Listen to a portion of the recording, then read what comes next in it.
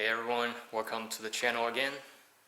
So today is a big day for my Lotus Elise because I've been waiting for the wheels for work wheels. Been waiting for it for almost 5 months. Yeah, pretty much. And it's finally here. And yeah, let's have a look.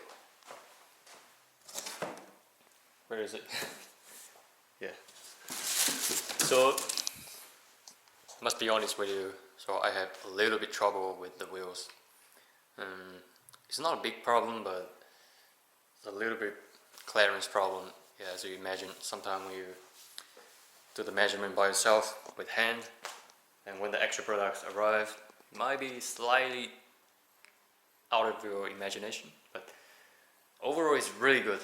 So I show you, because I already put it on my car. So I'm doing the test fit. You can see, so they look really nice on the car, to be honest, not gonna lie.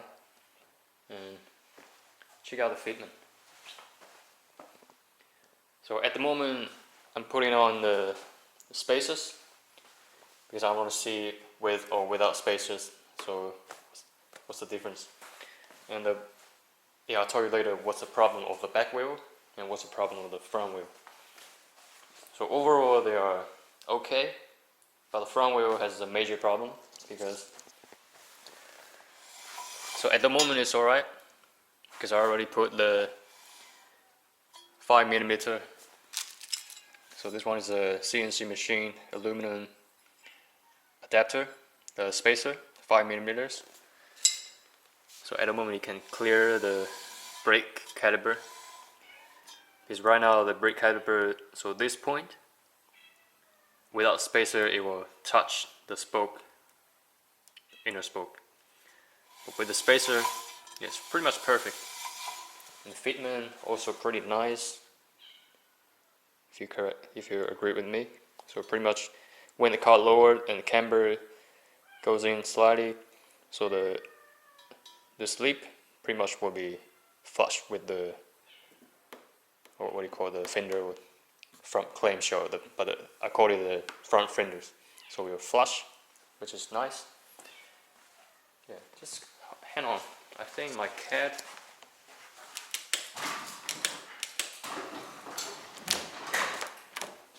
Yeah, so Simba want to come in to have a look. So my cat, Simba. Yeah, say hello to everyone. Yeah, so what happened was, yeah, just the measurement. And also the work wheels, because, so this set is the first Emotion CR2P. So they manufacture, they try to manufacture for the Elise because they don't have the data. So this set, so if I mount on the car, that's the first set you will see on the Lotus Elise. And yeah, a little bit, I would say it's not a mistake, but this is spoke, so they're already maxed out, so they cannot redevelop another mode. So right now, so the back one without a spacer, it will fit pretty nicely, but the problem is the center cap. So this one's a work wheel center cap, because of the really long axle end. So this one, so CVN, what do you call this? Yeah, just let me know. So the center cap cannot stay on without the spacer because this one is simply too long. So I'm thinking, what should I do? You know. But the wheels are actually pretty fine, pretty well made. Also down here is another tool that hasn't been opened.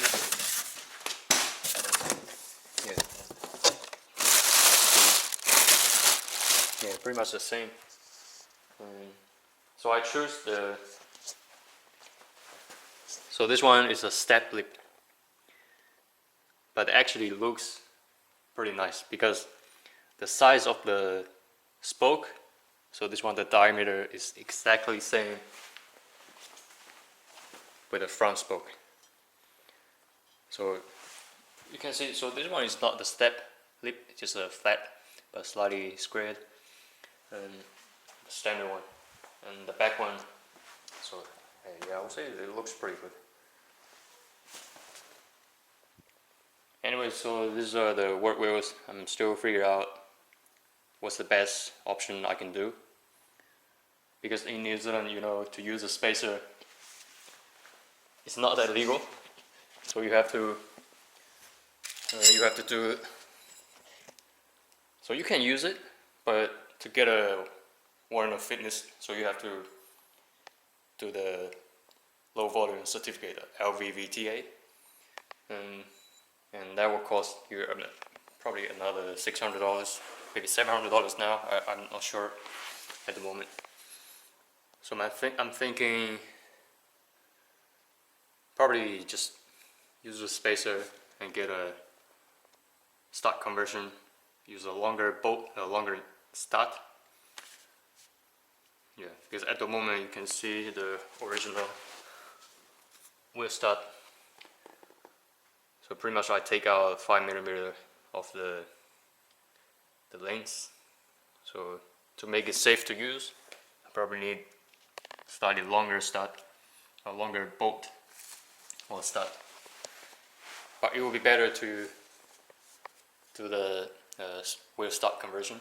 Yeah, because so this one is not that easy to use, to be honest. And over time the rust will going through from behind. So from there, because it's pretty hollow. Yeah. So this one's just the wheel. I think we just.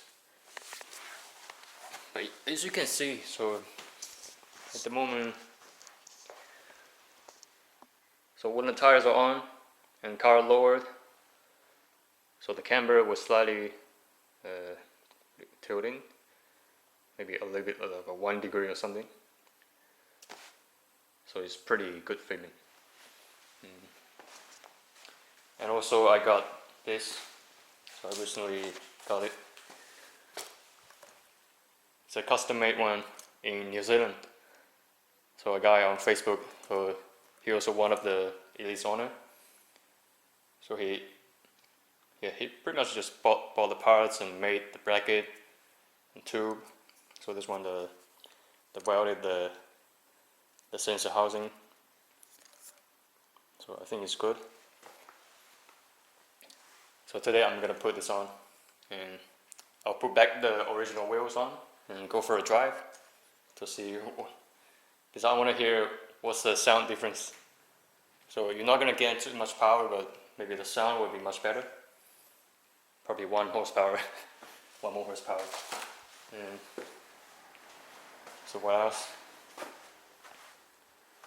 It's pretty much, yeah, just the update. But I'm gonna show you so how I do the intake. Yeah, that's probably another 1 hour job. Yeah, still I'm pretty happy about the wheels, but still a little bit frustrated because I don't want to go through the process for the low volume certificate, you know. Because I've been thinking on another option, slightly extreme, but it's doable. And because at the moment, you can see the clearance here, so it's pretty much around probably around 3 millimeters, almost 4. So if I trim this area, maybe around 2-3 millimeters, and without a spacer, and I think it will clear, because you can see it's only, yeah, but I'm not sure, because I don't know what's the thickness of the, I mean what's that called, the cylinder housing or something. But this one's supposed to be pretty thick.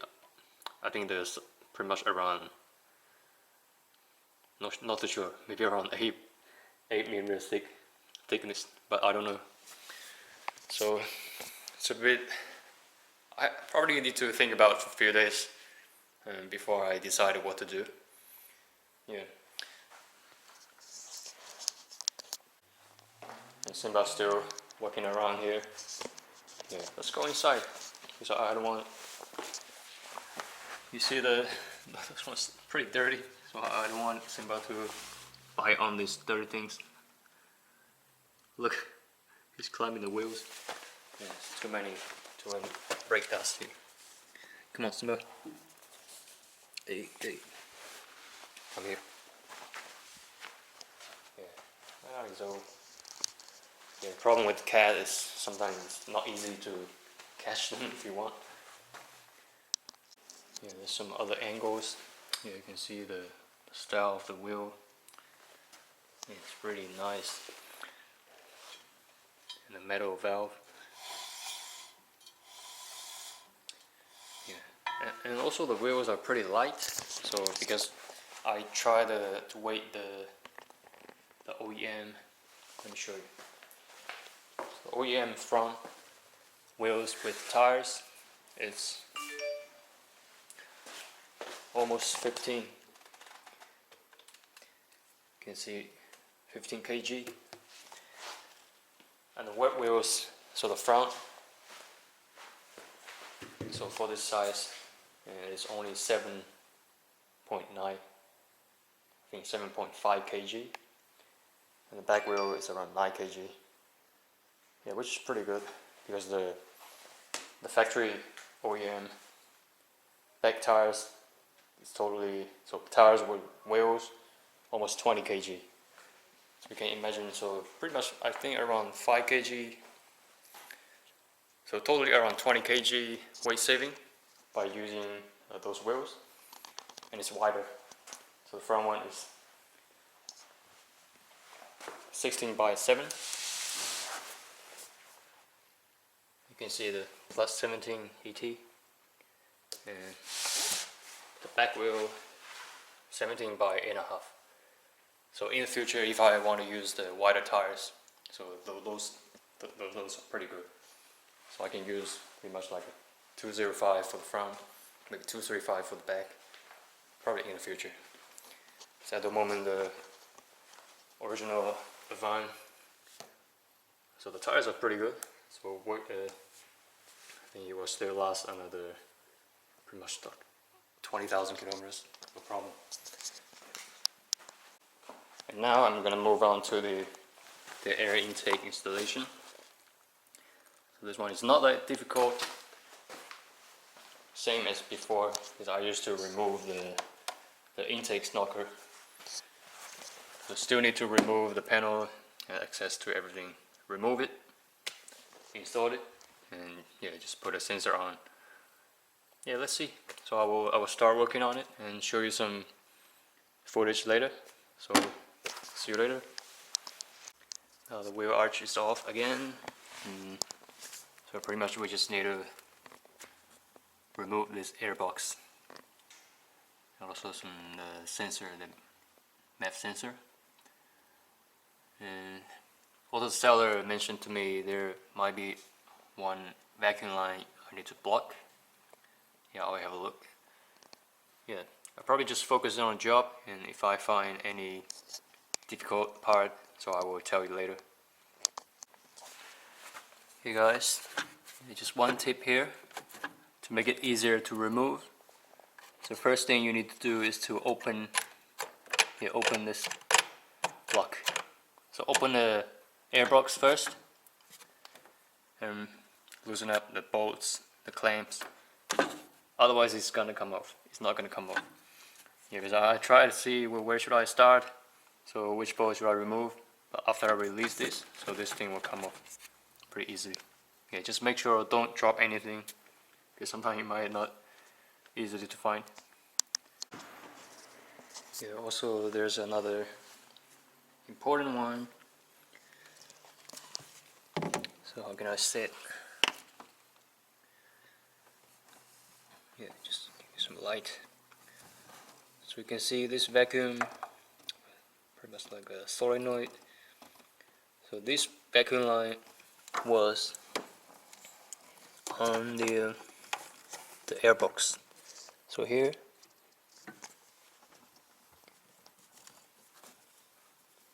so the original one, so it's attached on the airbox. I don't know if you can see, but what you're gonna do is to block this. Yeah, you can possibly just insert something here. I'll probably just use a 5mm, 6mm screw to block it, and use a zip tie, so you'll be fine. Otherwise, the engine light will show up. Yeah, let me keep doing it. Yeah, at the moment, you can see the throttle body is pretty tidy. It's pretty clean. Yeah, this car doesn't have any oil on the intake pipe, so I think the valve cover, so it's pretty good engine.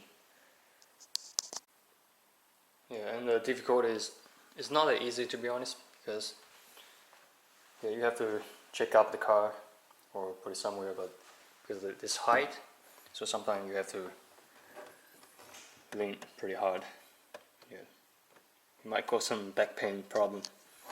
Yeah, I think we can just simply remove the filter and yeah, remove the lower the other part of the airbox, and we can put a new one on and connect everything together. Yeah guys, we're almost done. We just need to put back the airflow sensor. So this is definitely, it's not a simple job. It requires a lot of twist and body movement. So if you have a big hand or something, you might have trouble reaching some bolts, as you can see, but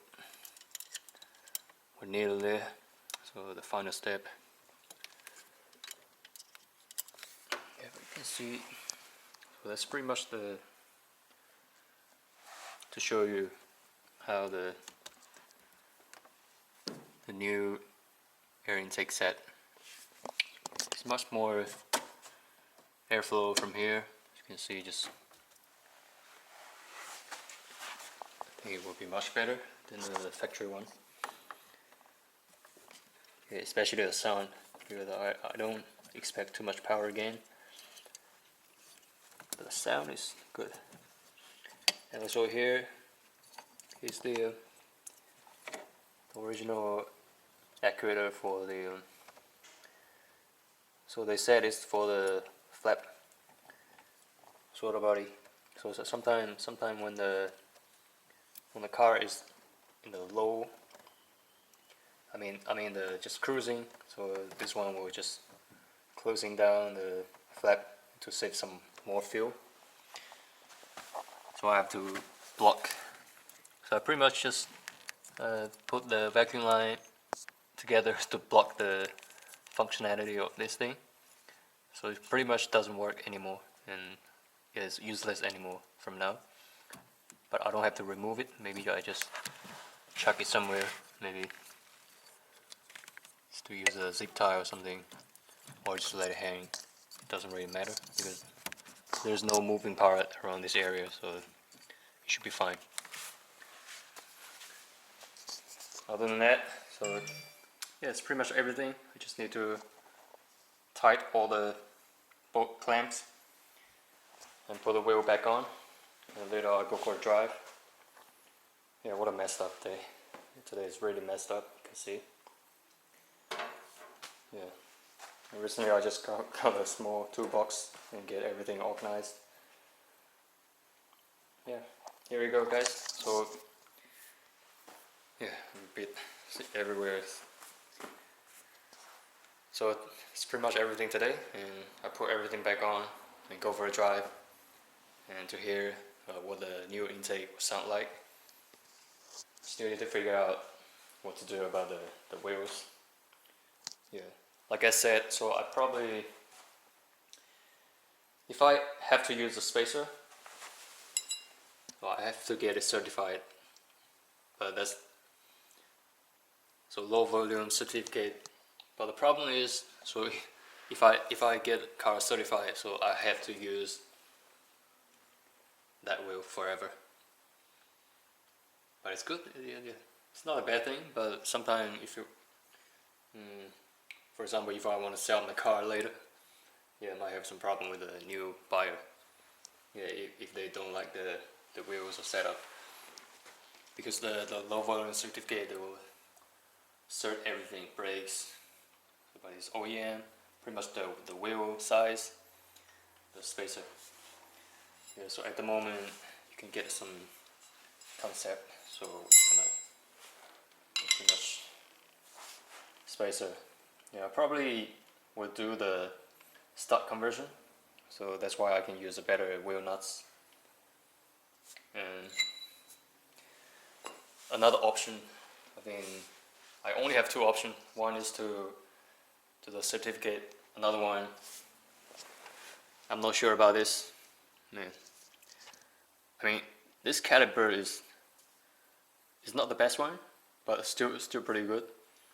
But I don't know the thickness, because I did some measurement. If I keep trimming this part, this area, to make it, 3mm less, to make it flat, so I can fit the wheels without the spacer. Yeah, I need to think about it, guys. But yeah, that's pretty much everything today, and I hope you enjoyed the video. See you next time, guys.